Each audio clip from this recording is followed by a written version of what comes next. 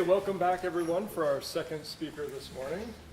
Allan Franklin is in the Department of Physics at the University of Colorado Boulder, and he's been teaching philosophers about experiment for decades. And so he's really done seminal work on how to think about scientific experimentation. And so it's a pleasure to have him. He's as famous for his dry wit as for his work on scientific experimentation. So it's a pleasure to have him here this morning. Please welcome me and join me in welcoming him. I'd like to thank the organizers for inviting me. It turned out I was actually working on this problem, as lots of people. It goes without saying that there has been concern about replication, mostly in the social sciences and psychology. And I want to suggest that we who work in physics should not feel morally superior on the grounds that things are not perfect in our field either. So,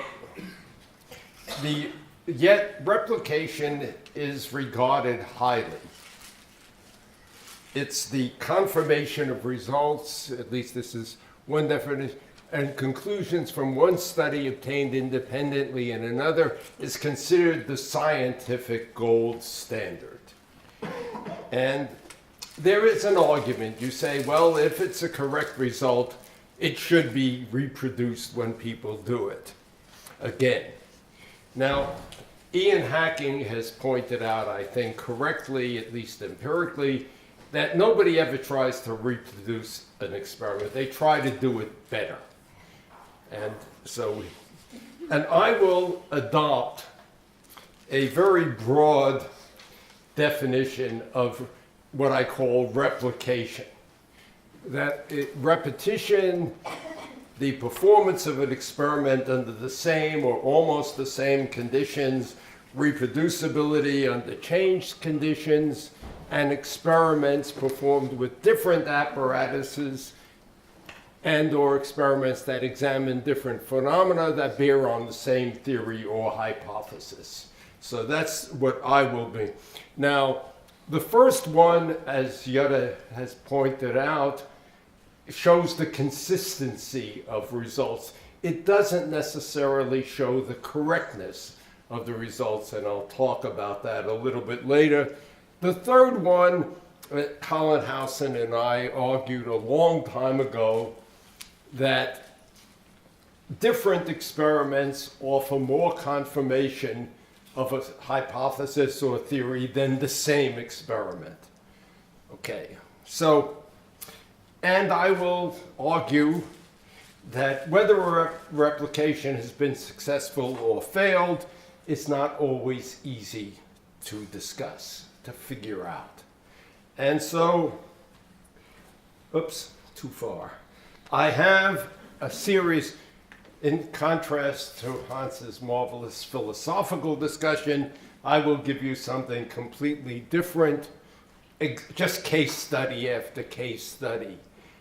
Successful replications, the discovery of the Higgs boson, the discovery and detection of gravity waves, failed replications, tests of the fifth force and measuring G, the constant in Newton's law of gravity. And then I will give you problems large and small, measuring physical constants and properties of elementary particles, claims about low mass electron-positron states, and then the history of the short and unhappy history of the Pentaquark. By the way, if there are any questions about the physics, feel free to interrupt me at any time. Okay, so let me give you an example of a successful replication. This is the discovery of the Higgs boson. There were two large experimental groups, CMS and ATLAS, at the Large Hadron Collider. They found a new elementary particle at the same mass with the same width. It is almost a classic example of a successful replication. And here's the result. This is from ATLAS, this is from CMS, and it's the gamma-gamma decay mode. And the thing that got the Nobel Prize for Higgs and Englert is this little bump here. That's at the mass of the Higgs particle. But in order to believe this result, you have to believe that red dotted line. That's the fit to background. And they did it in two different ways. So you might call this an internal replication. That there were two different groups working on fitting the background, and they came up with this dotted line. And you see a bump. It's 4.1 sigma, which is not does not qualify for discovery in modern high energy physics. You need to have 5 sigma. Not that anybody, I think, ever really believes that it's 5 sigma, but it's a social convention. Here's the other decay mode. This is the Higgs going to Z star. It decays into 2 particles. In case you're wondering, this is not the signal. That is actually the Z boson. It's what you use as calibration. The signal is here. Again, if you want to believe that that's a signal, you have to believe this blue area. That was done in 2 different computer simulations of the experiment. These are Monte Carlo calculations, and again, they were done. My colleagues on CMS tell me there were 3 different groups working almost independently on the analysis of the data, coming up with the same result. Here is the results. This is the gamma from Atlas. Their bump doesn't look quite as big on that graph, but it looks lovely here. This is the gamma-gamma decay. Again, you need to believe the red dots. Here is the ZZ star, and here I think you need to believe the Monte Carlo simulation even more because it's a bigger background. So this seems to me to be a clear case of successful replication.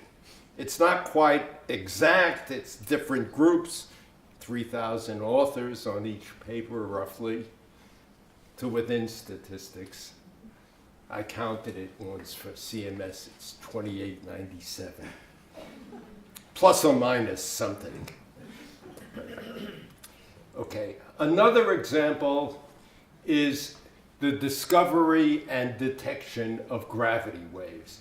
And here you have experiments that detect 2 very different phenomena in very different ways. Here, the first results were by Hulse and Taylor. They discovered that there was a pulsar where the period varied, and this led them to believe that it was part of a binary system, and they measured the change in the period. And later, this was in 1975, in 1981, Taylor and Weisberg measured how much the period had actually changed in 6 years. This period is quite small, and compared it to the predictions of theory. And if you say general relativity is 1, and the predictions of the other theories are even negative, the result they got was 1.04 plus or minus 0.13.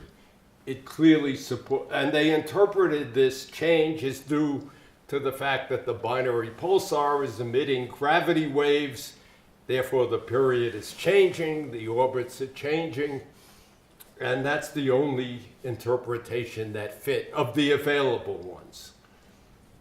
And if these measurements have continued, as you can see, the precision of the measurements and the theory, actually the theory has got more precise than the experiments, and it's within 1.5 sigma of 1. And here's This is the series of measurements going to 2010. Now this poses an interesting problem. These are the change in the period. Those numbers are different. Yet I would argue that they are successful replications. Now, there are questions that make me a little uneasy. Is it too theory dependent here? That what you're saying is, look, they all agree with theory. In fact, if you look at the fit to that curve, you might say, did they fudge the data? But as near as I can tell, they didn't. And you can make other arguments that you take one result, use the theory to predict the next result, and you get a same decent prediction. So indeed, this is an easy case. Okay? Then there is another experiment which got a lot of publicity. This is the famous LIGO experiment, the coalescence of black holes. And here, here's the apparatus. It's a Michelson interferometer. We have them, you can put them on your desk. This one you cannot put on your desk.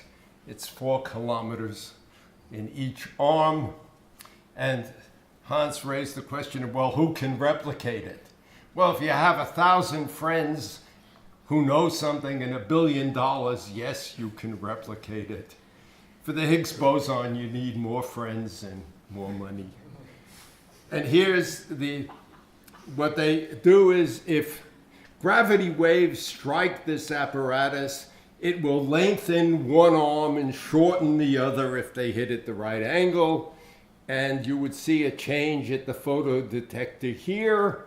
What they do is actually keep the mirrors so that the pattern doesn't change and measure the stress and strain on what they have to keep the mirror doing. And there were 2 such detectors, one in Hanford, Washington, one in Lafayette, Louisiana. This is the signal from Hanford. This is GW 150914. That's the event. That's the signal they saw. Here's the signal superposed with what they observed in Lafayette. It has to be inverted and time shifted a little bit because it takes time for gravity waves to get from Louisiana to Washington. They want to leave Louisiana. And if you look, this is a noisy signal. I mean, it matches almost too well. Again, here's what you get if you smooth the curve, you filter it a little, you can compare it to a reconstructed wavelet, and you can compare it to a reconstructed template. They had 250,000 different templates for merging of black holes. I thought it was amazing that it fit any one of them. And again, it fits well.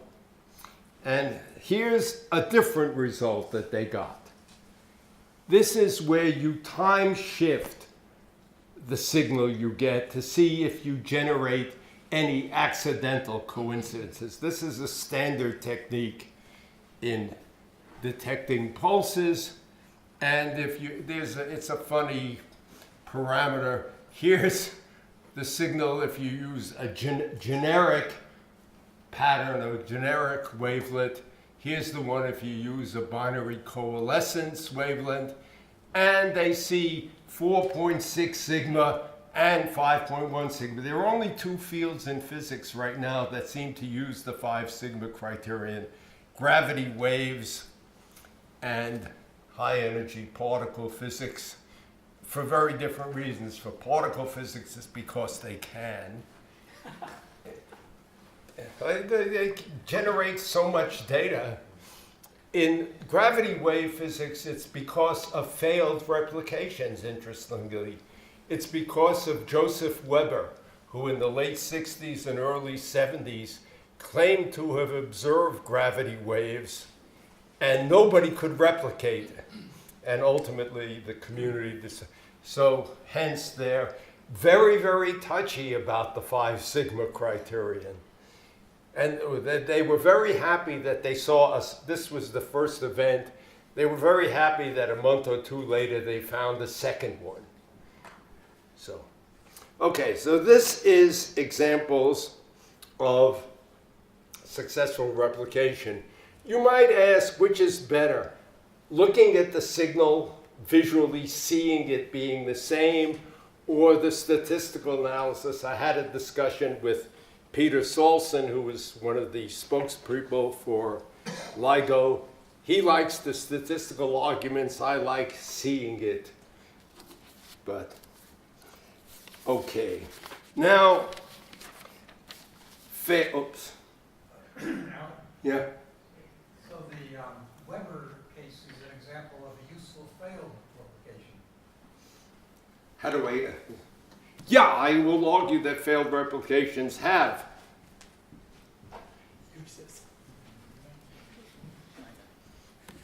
Oops. Okay, I got it. Okay, here's a case of failed replication is experiments on the 5th force. The 5th force was proposed by Ephraim Fishback, Sam Aronson, and their collaborators. It's a modification of Newton's law of gravity. That takes a certain amount of chutzpah. The term is, this is the potential GMM over R, 1 plus alpha e to the minus r over lambda. The second term is the 5th force. 1 gives you just Newton's law.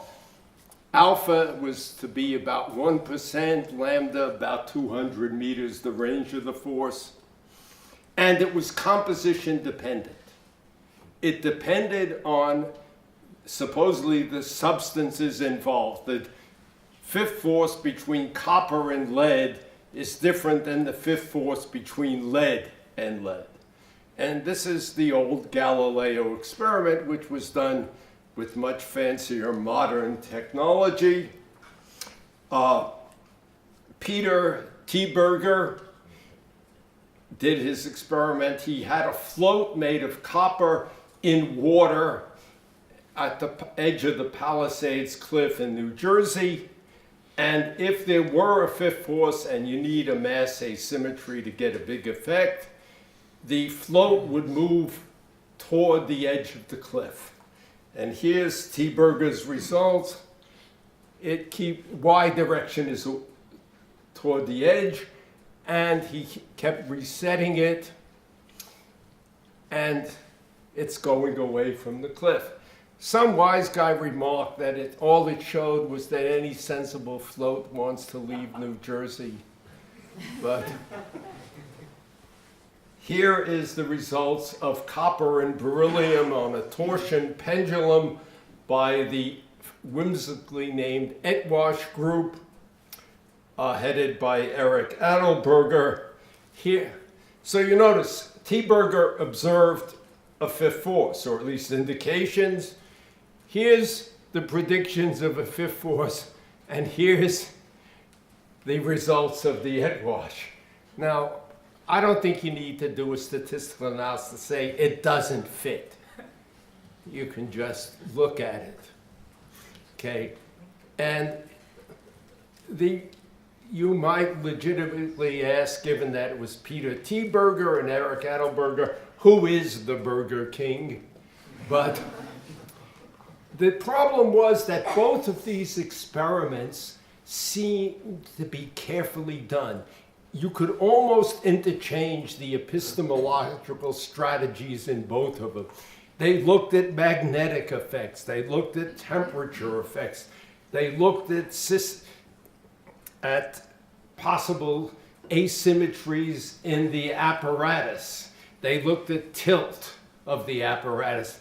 Nothing that, and to this day, this experiment was done in 1980. They were both done in 1987 or published in 87. Nobody knows what went wrong with Burge's experiment. Yet, everybody has rejected the fifth force. In 1990, Oren Fackler at a meeting in Morillon, France, said the fifth force is dead. All the practitioners were there. Nobody disagreed. How did they decide this? And it comes about because of successful replication. Here is one, this is the Bizzettis who do a float experiment, which is important. It's the same kind of experiment as Burge did. They did it in Italy on a hill in Val Ambrosia, and they see nothing. And here is a set of some 13, I think it is, experiments. They're all with varying limits, see nothing. Now, I, however, classified Burge's experiment as well as this one as a good experiment in my most recent book. And one of the reviewers took issue with me saying that if you don't know what's wrong, the physics community should have remained agnostic. Well, I claim the overwhelming preponderance of evidence gives you good reason to reject Burge's result. I did a little Bayesian analysis and chi-squared. Then the probability of Adelberger's result, given all of the experimental results, is about 40%. It's only that low because I put in Burge's result. The probability of Burge's result, given all the evidence, is 3.8 times 10 to the minus 8. I think you're justified in saying it was a failed replication. How long did it take Burge to admit that this is wrong? Burge posted 2 years. He said the fact that nobody could replicate his result, he says this explicitly, makes him believe that he must have made a mistake even though he doesn't know what it is. Yeah, he publishes a short note in PhysRev Letters. How long did it take to do that? What? When did he do that? 2 years later. He did it in 1989. There was a petition in 1990 asking him to do it again, but he hasn't, because I signed the petition. He said he'd gotten enough grief. So that's a failed replication. Okay, another failed replication. This is measurements of G, the universal gravitational constant. This is the CODATA 2014 result. I haven't seen the 2018 result. Given these results, you might ask, is there a universal gravitational constant? There are ones with very small uncertainties, and there was one in 2011 where one claimed 14 parts per, by the way, G is the worst measured physical constant of any constant in physics. It's known to maybe 4.5 parts in 10 to the fifth. That's the claim, although there's some question about that. There was one that claimed 40 parts per million uncertainty, another that claimed 14. The only problem was they differed by 200 parts per million. So, and everybody says there must be some kind of systematic effect. There must be some kind of systematic uncertainty, but nobody knows what it is. And there is the hope. Now, I want to distinguish here just briefly between systematic uncertainty and systematic error. They're used interchangeably in the literature, but I have a short story. this has involved Lord Snowdon, the husband of Princess Margaret. They were both the same height, but if you look at photographs of them, Lord Snowdon is always taller. Now, the general view is that they always took the photographs on steps, and he got to be on a higher step because the social convention indicates the man must be taller. This led the British Humor magazine to suggest that he was standing on what they called the Lord Snowdon box, which came in 3, 6, and 9-inch sizes, which they offered to sell you. And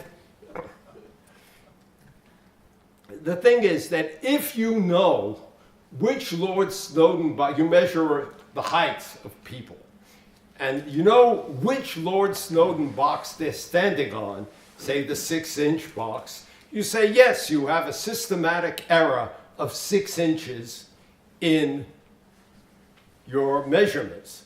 But if you know they're on a Lord Snowdon box, but you don't know which box, you have a systematic uncertainty of 6 plus or minus 3 inches. So, okay. So, this is, again, I think I don't need to argue. You can see that it's a failed replication. Okay, now we get to some more interesting stuff. From the period of about 1927 to 1950s, the values, the accepted values of physical constants was determined by Raymond Burge, a professor at the University of California at Berkeley. He would look at all the measurements and make some adjustments, some judgments about which were the most reliable ones, and he would publish a list of what the constants were, and everybody, that would be the standard reference. It gets picked up later by the National Bureau of Standards, Dumond and Cohen, and now by the CODATA group. Okay, in 1943, Frank Benford offered a criticism, I'll skip that, a criticism of Burge's work, noting that from his 1929 values to 1941, the change compared to the probable error was considerable, and he says, you know, like in one case, it was 9.6 times the probable error that was stated by Burge. That has a probability of less than 1 part in 10 to the 10th. Okay, things were changing. It's, again, these are problems. And in fact, Henrion and Bischoff, who pointed out that scientists tend to underestimate systematic effects. In the early 20th century, the speed of light was changing. It was decreasing by 4 kilometers per second per year. This led Debray to say that in 75,000 years, the speed of light would be 0, which leads you to wonder, would you then call it the speed of dark? I have actually made experiments to measure the speed of light and the speed of dark. I have a little light in my bedroom that goes on when it's dark. So if I flip the switch, it goes off. If I turn off the switch, it comes on, and it seems to be at roughly the same time. So the speed of light is the same as the speed of dark. And I've replicated it. Okay. So here's difficulties. Now, the question is, should you increase your uncertainties to make things look better? Burge says not. And Cohen and Dumond also say not. They take a heroic view of experiment. They say, you do your best and live with the fact that somebody will come up with a better method, and it may differ a lot from what you got. So, and the problem with trying to take into account unknown uncertainties is they're unknown. I was once asked this at a conference. Somebody said, well, shouldn't we increase our uncertainty by a factor of 2 to take this into account? I said, why 2? Why not 3 or 4? So, okay, here is what I refer to as the strange, I use that word legitimately, history of eta plus minus, the amplitude of the CP violating phase in K0 mesons, which is a strange particle in physics. Now, prior to 1973, these are the measurements, a mean, they're all consistent, mean of 1.95 times 10 to the minus 3. After 1973, they were all consistent, but they're 2.27 times 10 to the minus 3. Now, you could, if you were a philosopher, say this is the first example of a quantity that has changed from GRU to BLEAN. If you measured it before 1973, it was 1.95. If you didn't measure it, it was 2.27.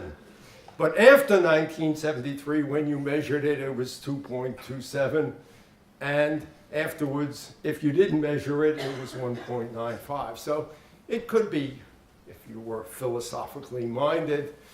Actually, the particle data group, which determines particle properties, again, recognized this and said, well, should we just increase the uncertainty and give the average? And they said that clearly doesn't work.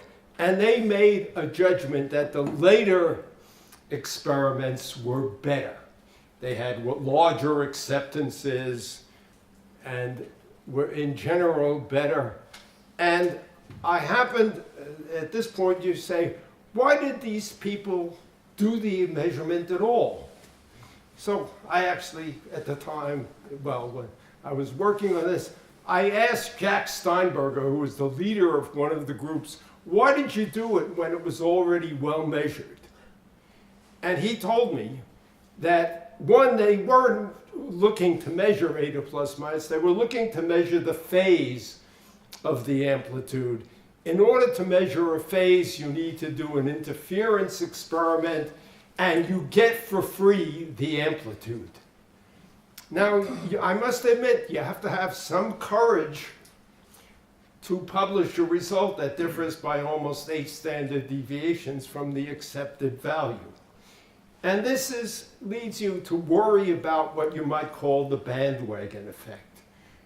When people do an experiment, how do they decide to stop looking for problems in those? And this is a quote that Burge attributed to Ernest Lawrence. It says, you know, you keep correcting for certain errors, and when you get a result that agrees with what everybody else is, you stop.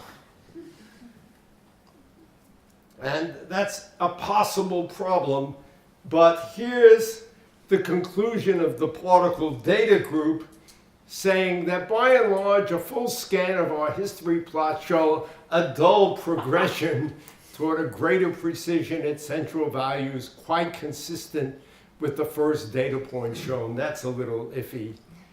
But they say it's important to remember that large fluctuations can occur. And here's the graphs they used. And you'll notice there are big changes, and then it kind of stabilizes. It used to be that you could tell when somebody got their degree in high energy physics by what mass they quoted for the lambda hyperon. It was changing almost linearly for a while. It then stabilized. So again, this is a kind of problem, that things are not trivial. And so let me go on to another one, a more complicated one. This is the possible existence of low-mass electron-positron states. This was an experiment. People predicted that there would be you would produce positrons if you did heavy ion collisions at high energy. And if you had a total charge on the heavy ion and its target of greater than 173, you would produce positrons. And they found that, yes, they produced positrons. But they found that the energy of the positrons sometimes indicated that there were lines, definite energies to it, but only under certain conditions. This is a selection on angle of production. You see nothing up here. You see two peaks down here. And the problem that you get here is, one, it only shows up under certain conditions. The second thing was that even there were three groups working on this, and everybody agreed they had good detectors. There was no question. One group would do the experiment, get a result, and they do it again under what seemed to be the same conditions and not get it. They were getting very odd results. And so this was actually in one of the early papers. They say they're questioning whether anything has been seen, that it's associated with selection criteria, cuts as they are known. And secondly, the reproducibility of the effect has yet to be shown. So this was raised as a question within the physics community on reproducibility. By the way, this is not a new question. I was talking with Chris. If you look at the reports of Galileo's mythical experiment at Leaning Tower, they got lots of different results. They didn't all fall at the same rate, or at least it's reported. Okay. And indeed, people continued, because one interpretation was that you were producing a low-mass particle, and if it decayed to an electron and a positron, they come off equal and opposite and have a definite energy. That would explain the lines. Okay, but, and here's a statement by Greenberg. They do these different plots, don't worry about it. But they were chosen to enhance the prominent lines at 810 and 620. Now, you might worry. Are you tuning your cuts to get a result? Are you getting the results you want to get? And Greenberg pointed out, I think quite legitimately, that early on in an investigation, you might very well do that. You might very well try to find out what are the specific conditions under which you produce the effect. However, and here's where I think the problems came at, once you get further on, you need to be more stringent. You need to be more critical. And it's not clear that they were. This is my own plot of the different energies of the lines found by different groups. Now, I ask the following question of this audience: what does this show? Does it give you evidence for only certain lines, or does it, remember this is it only goes from 230 keV to 412 keV. I did a rough survey. The psychologists will forgive me. I asked the guys on my floor in Gamow Tower what they saw in this pattern, and they said it was random. However, in the literature, it was reported that there were 3 lines. These 6, these 12 or so, and these 4. I think there's a certain amount of wishful thinking going on here. They regarded these as successful replications. Now, how, again, was this taken care of? How did people decide there were no such things? It was by, again, a failed replication. This is EPOS 2 later on. They had enough data that they could divide it in half randomly. They just threw events into two different piles. And in the top thing, they adjusted their selection criteria to generate a peak. And they generated a 6 sigma effect. Statistically, that's very unlikely. So then they applied the same selection criteria to the other half of their data. Nothing.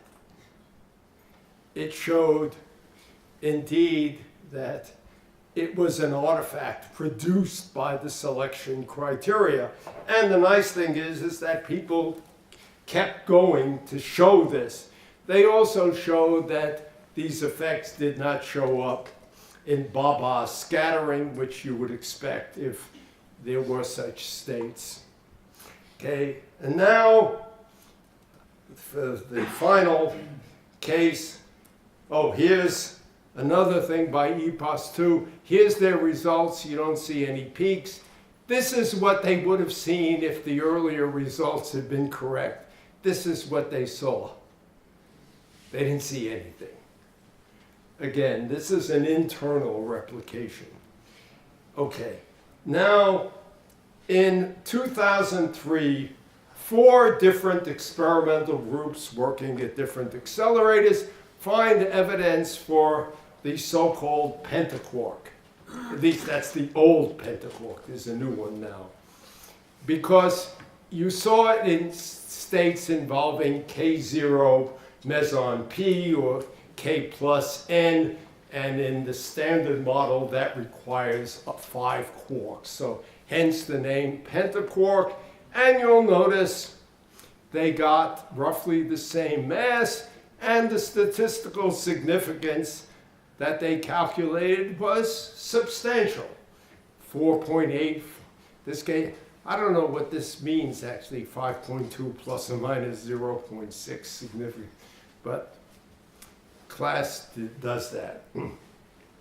Okay, by 2005, there are now, let's see,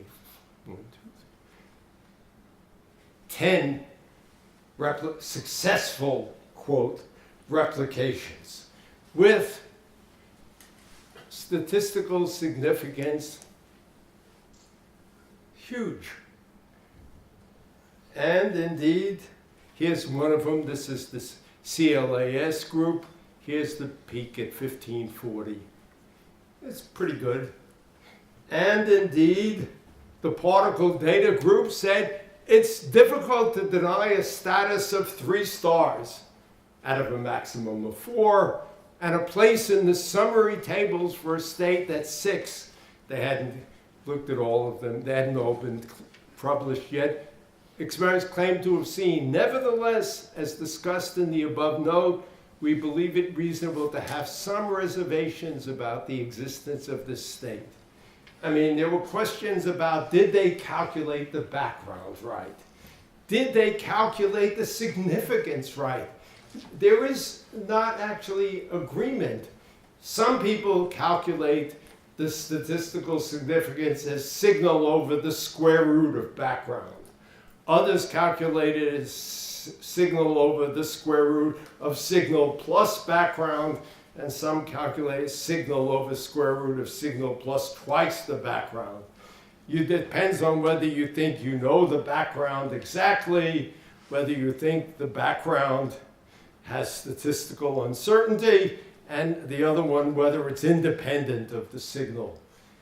Now, if you take my colleague Kevin Stenson, took the published statistical significance seriously and said, what's the chance that all these results are statistical fluctuations? And it comes out between 10 to the minus 62 and 10 to the minus 86. He thought that was unlikely.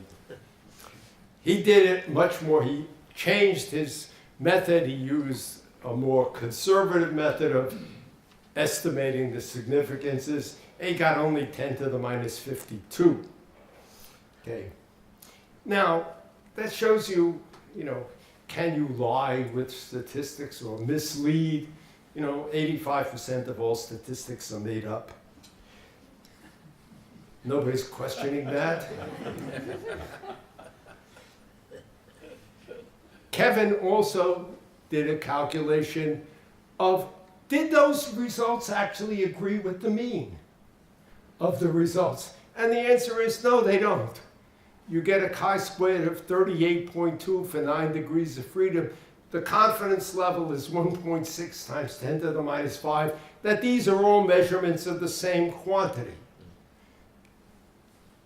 In the meantime, I haven't told you, there are 16 other experiments that don't get any evidence for it at all. There are negative experiments.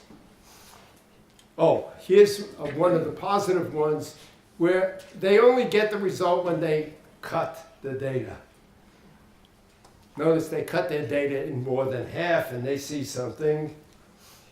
Here's, however, one of the negative results, which has much higher statistics. They're, by the way, done at different energies, different beam lines. But if there was a signal, it would have appeared here, and there would have been thousands of events in the peak. And you don't see anything. This is just a typical example of one of the negative results. Here's a single replication. It's not quite exact. Hermes does it with a deuterium target. They have 1,171 events. This graph is totally misleading. That's their data with the big error bars. Babar did it with a beryllium target. They have 227,000 events. That's the histogram, and they don't see anything. And so, again, what do you conclude? That maybe there has been some wishful thinking on the part of the positive results. This is one of the things that people worry about. Is there a tendency to publish only positive results, that null results don't get published? And I found some work in the early 20th century by Edwin Hall, who worried about this in his experiments of dropping balls from a tower at Harvard to see if they move south as well as east. Okay, and it's this failure and the overwhelming statistics that lead people to say that the only advance in particle physics thought worthy of mention in the AIP Physics News in 2003 was a false alarm. So again, the procedures seem to work. And now I want to suggest, however, that Jacqueline Suzanne was wrong. Jacqueline Suzanne, I think it was in the 60s or 70s, wrote a novel called Once Is Not Enough. The implication is that it's a frequency reference, i.e. once is not enough, 5 times is enough, or some number. It's actually, as I can explain if anybody asks me, it's not a frequency reference, it's a time reference. But that's a different issue. There are experiments that have been of great importance that have been done, that were done only once before the community accepted them. My own view is that the binary pulsar showed the existence of gravity waves well enough, well certainly Hulse and Taylor got the Nobel Prize for it, that LIGO was a marvelous confirmation and a marvelous technological tour de force, and would by itself have been a discovery. But LIGO themselves said, no, the discovery is Hulse, Taylor, and Weisberg. We are the first direct observation, and that's a 100-page paper on the distinction between direct and indirect. Okay, but in the late 1970s, there was the experiment SLAC E122. They measured the asymmetry in the scattering of polarized electrons at high energy from deuterium. If the Weinberg-Salam unified theory of electroweak interactions was correct, you would see such an asymmetry. Now, the only place you could have done that experiment at the time was SLAC. So they did it once. And what they got in the polarized beam, they got an asymmetry of minus 9.5 plus or minus 1.6 times 10 to the minus 5, which is a significant, it's more than 5 sigma actually. And they did it with an unpolarized beam to show that there was no asymmetry in their apparatus, and they get consistent with 0. Okay? They did it with 2 different detectors, a shower counter and a Cherenkov counter, and they get the same results. The fact that they got 0 at all, again, argues for no asymmetry in the apparatus, and that dotted dashed line is, in fact, what you would expect. And the result of this was that the community accepted that this experiment had shown one time it was enough to show the existence of weak neutral currents. And this is a comment by Bouchiat. To our opinion, this experiment gave the first truly convincing evidence for parity violation in neutral current processes. It's an example to be followed by everyone. Okay, so I have come to the end of my discussion of why things are more complicated than you might think. But first, a word from my sponsor. This is a book that I am assured by the publisher is in press. And they did send me proofs twice, and I made corrections. I actually wanted to use the Picasso that I had on the front, but the publisher declined to use it on the grounds that they have to pay so much money for the rights to reproduce it that they wouldn't make any money. But this is, I think, pretty snazzy. The question you ask yourself is the mirror reflection the same as what's going on in the real world? And as you might point out, this is a curved surface. The real world is rectilinear. So is it the same result? That's the question. Thank you.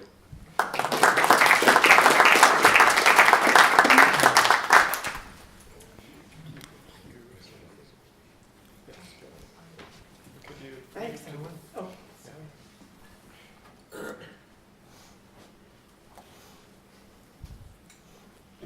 thanks, Allan. That was great. I wonder, I have 2 questions, but the first one is on the binary, the gravity waves. We had a talk in our physics department last fall about the detection of gravity waves from a binary pulsar formation as opposed to supermassive black holes. And one of the things about it is, of course, it adds more evidence.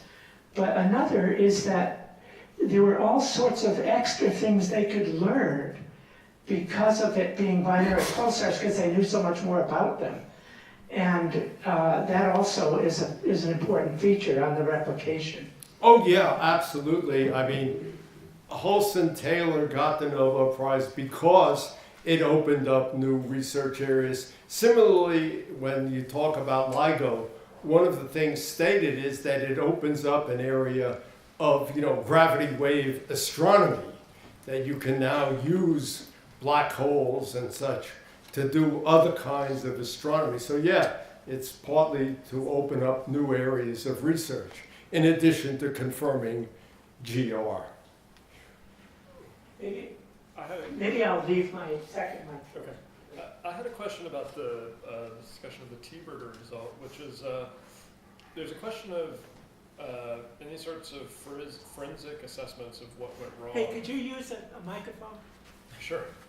So this is about the T-burger result, and the question is, in looking at a case where you have an experiment that you've come to reject, there's a difference between saying that there's a particular case that went wrong and then saying that the method that was used was problematic. So I was curious, you mentioned that one of the later attempts used a float, so in some sense was the same method. And so I'm curious how in the physics community you value sort of trying to do something that's very close to the failed experiment by using the same methods versus just saying, okay, we just shouldn't trust that method. We don't understand it well enough. Well, people, I think, at least I attended some of the conferences, people worried about the question of is there something different between T-burger and the thing. And that's, I think, in part why the Bizzettis did and why it was regarded as so important, was that it showed it wasn't method dependent. Okay. And so, yeah, people there were explicit worries about that. Mm-hmm. You know, people also worried about, well, why not do it someplace else than New Jersey's cliffs? Mm-hmm. Yeah. But nobody did that. Go ahead. I just have a quick question. Is another example of the difficulties of replication in physics fourth neutrino? That's still under investigation. I mean, the results are, I think, judging from my conversations down the hall, inconclusive at the moment. There are interesting questions there. For example, in the earliest report on neutrino oscillations using accelerators, the LSND collaboration published 2 papers, one by most of the group and one by part of the group. And one group said, yes, we've seen it. The others said, no, we haven't. But the ones that said, no, we haven't, cut their data so much that you couldn't draw any conclusions. I didn't talk about it here, but it is the largest case study in this book, is the question of neutrinoless double beta decay. Is the neutrino a Majorana or Dirac particle? Is it its own antiparticle or not? And there again, you have cases within a group where part of the group publishes one result and the rest say no. And then you have other groups. It's been going on now for more than 20 years. But essentially, the positive result is now regarded, I think, by the experts as being irrelevant. Nobody believes it. But at the Neutrino 2018 conference, somebody asked about it. I wasn't there, but it's reported. Somebody asked about it, and the people who were giving the talk didn't have a PowerPoint ready to answer it, indicating that they thought it was irrelevant. Hans, and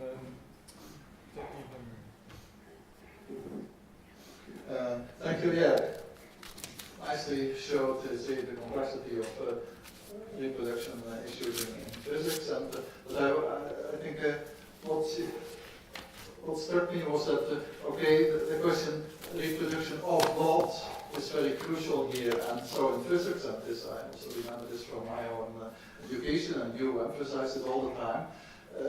Usually you have, if you have a quantitative result, you add a kind of uncertainty interval.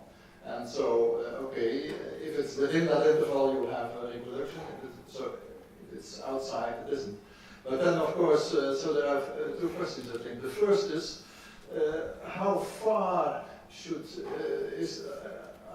can you stretch that interval? You had some examples where you say that's stretched too far. And then the question is, what is that based on? So it's stretching a little bit okay, and so I think here there is really, let's say, contextual matters of judgment, and so that's the first thing. And the second thing is that can also depend on discipline. I remember when I was a student of physics, I was astonished by the fact that in astronomy they permitted huge uncertainty intervals compared to physics. Huge, really, 10-20%, and that was presented by the teacher as just fine. And so that, I think that is also important.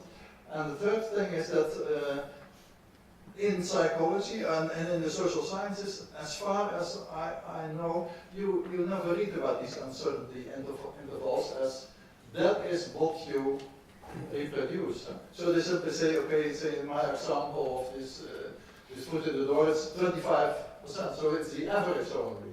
And as a physicist, I always wonder, why do they not include, they present the statistics, but not say the uncertainties of these statistics? And maybe they should do that. Okay, in answer to the first question, as I say at the end of the book, I do not have, nor do I believe there should be, a single statistical criterion for what constitutes successful or failed replication. I think it depends on field, I think it depends on the experiment, I think there is it always involves knowledge and judgment. And I don't think I think if you try to say, yeah, it has to be 5 sigma or 3 sigma, you're going to run into problems. And so the answer is, I agree that there is no single criterion that I would. Lewis Lyons has written about the idea that, at least for particle physics, depending on how important the result is and how unlikely it is, you change your statistical criterion. For faster than light neutrinos, you wanted more than 5 sigma. Actually, faster than light neutrinos actually had 6 sigma. Of course, nobody has replicated that one. They don't need to. They found the mistake. A loose signal cable is not philosophically interesting. Although I'm interested in why did it generate the fake signal. That's a different story. Yes. Just a brief comment from the point of view of sociology of science. I think the fascinating part is about the fact that in some cases there was a lot of good reproduction with high quality and things like that. And we have to remember that in the cold fusion, at the beginning of cold fusion, there were about at least, I forgot, 5 or 10 who said, hey, we reproduced that in the Soviet Union, in China, in Toronto, I don't know where. Not only because Germany was in charge. Is there some geographical? That's interesting as a kind of bandwagon and the only time. And this puts a danger then on a one-time experiment. Because in the one-time experiment, even with infinite sigma, it could also be that if you do it 10 years ago, the fact that you show that the new one about is the one taken for granted, put in advance that there's a lot of background assumptions about, okay, this we will accept even though we don't understand why now it's that after 73, it's really the blue and the blue things. Second comment, which is brief, is about now, it's fascinating that the Burge paper has never been formally retracted. And I would suggest that maybe, I don't know, there's a thing that in the actual way we do science, the tendency would be that they would maybe retract it because nobody reproduces it, we don't know why it's wrong, and they tend, instead of saying let it die in the archives, they would tend maybe in 2018 or 16 to say maybe it should be retracted. Some people are retracted on similar basis, I think. Well, Burge did make not a formal retraction of the explicit paper, but rather saying that, look, when you're using a new kind of apparatus for the first time, there are problems that you may not understand your apparatus well enough. And he says, and the failure of other experimenters to replicate my result lead me to believe that there is something wrong. He himself said it. So I think that's as good as you can get in in my view, that, T. Burger was quite honest about it. He thinks he made a mistake. So, Okay. I thoroughly enjoyed your paper. I thoroughly enjoyed your paper. At certain points, I asked myself the question, what would Harry Collins say? So, you're not giving some general characterization of what it is to be the same result. And in fact, you're saying it's contextual. I think Harry Collins would say you have to distinguish between scientists agreeing to agree and the basis on which they... Well, one, I might refer you to a joint essay that Harry Collins and I have recently published, 2 years ago is recent, on the question of Weber's claim for gravity waves. And Harry and I published an essay in which we point out that we still disagree on what went on, but that there are areas in which we agree. And if you look at the acknowledgments in our most recent books, you will find we thank each other, because I know that I have found Collins's recent work quite valuable in mine, in suggesting issues and suggesting solutions sometimes, and vice versa. So Dan Kennefick may have been right. A long time ago, Dan Kennefick, who had the worst of all possible worlds, he took a course with me on philosophy of experiment and then worked with Harry for 2 years as a postdoc, had said that Harry and I are closer than we're willing to admit.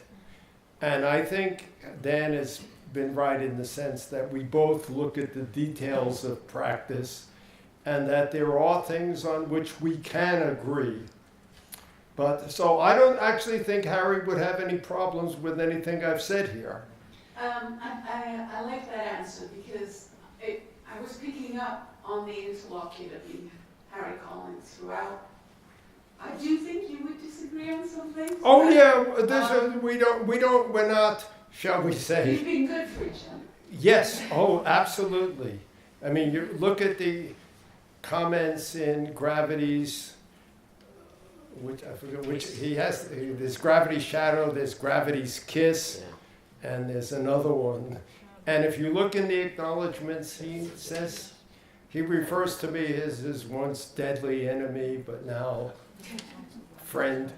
And I do the same in my book, Shifting Standards. In fact, it was in response to a question by Harry why I wrote the whole book. So yeah, that's something we can discuss. But yeah, Harry and I no longer. Now, Andy Pickering is a little different. Well, since psychology was recently raised again, I feel the need to defend it once again. I would say that because of the difficulty of carrying out statistical analyses in psychology, psychologists and methodologists and statisticians in the field have carried out the most sophisticated statistical analyses that exist. Hierarchical Bayesian analyses that deal with individual and group differences, different forms of additive and multiplicative noise, and correlations among noise in these different conditions and groups. And this is, if you look at the right people who are doing the analyses in psychology, you see the most sophisticated statistical analyses that exist. Since I don't know the literature, I'm sure you're right. One of the interesting, there was an article in the Washington Post recently that says doctors don't understand statistics, which concerns me. I once asked my urologist, how good is the PSA test for prostate cancer? This is a gender-specific question and age-dependent. And he said it's 85%. And as near as I can tell, he invented the number. because current research seems to indicate it's just as well you might flip a coin, which probably is okay too. But there are other ways to check it. But they asked, this is a standard simple Bayesian question. Suppose you have a test that's absolutely perfect for a disease. If you have it, it gives you a positive result every time, i.e. probability 1, but it has a 5% false positive rate. Okay, you take the test, and it's positive. What's the chances you have the disease? Now, if you're Ron Geary, he gets the wrong answer. Deborah does too, Mayo does too. But you need to know the base rate. If it's 1 in 1,000, the chances you actually have the disease is only 2%. And it's easy to show. You have 1,000 people, you give them the test. 50 of them will have a false positive, 1 will have the disease and give you a buzz. So you have a room with 51 people, only 1 has the disease. It's roughly 2%. They asked this of doctors, and 50% said 95%. So I meet with a group of retired folk, one of whom is a physician, and he has asked me, suggests that I might give simple probability discussions to physicians at our joint HMO so that they don't get it totally wrong. Okay, one more question and then we'll... No, just go back to the first, because I think you should worry a little bit more about the first part of my comments. The fact that they were getting reproduction by big laboratories for a couple of years, and how can you reflect about this fact that they get positive, they could have stopped after 5? How can you match that with your belief that one experiment can be enough? It was enough in the physics case because they decided that the guy was big enough, the laboratory was well known. No, that's not why they decided it, not because it was well How known. can you match the fact that you accept that it could be only 1 with the fact that you had 5 or 6 that in fact happen to be artifact for a reason we don't know why? I don't know how we can match this.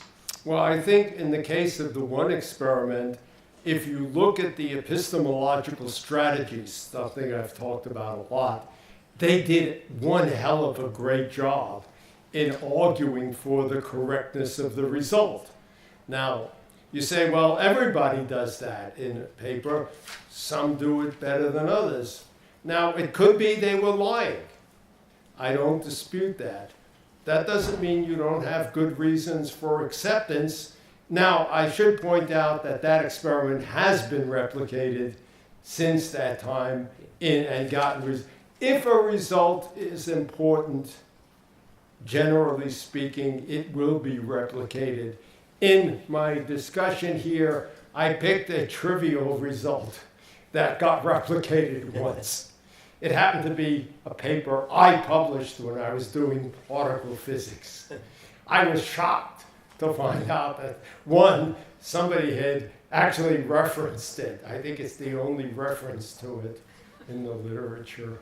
But they redid it, and to my pleasure, got the same result. Of course, it would have been hard not to get the same result because our uncertainties were so large. So. Well, let's thank Allan.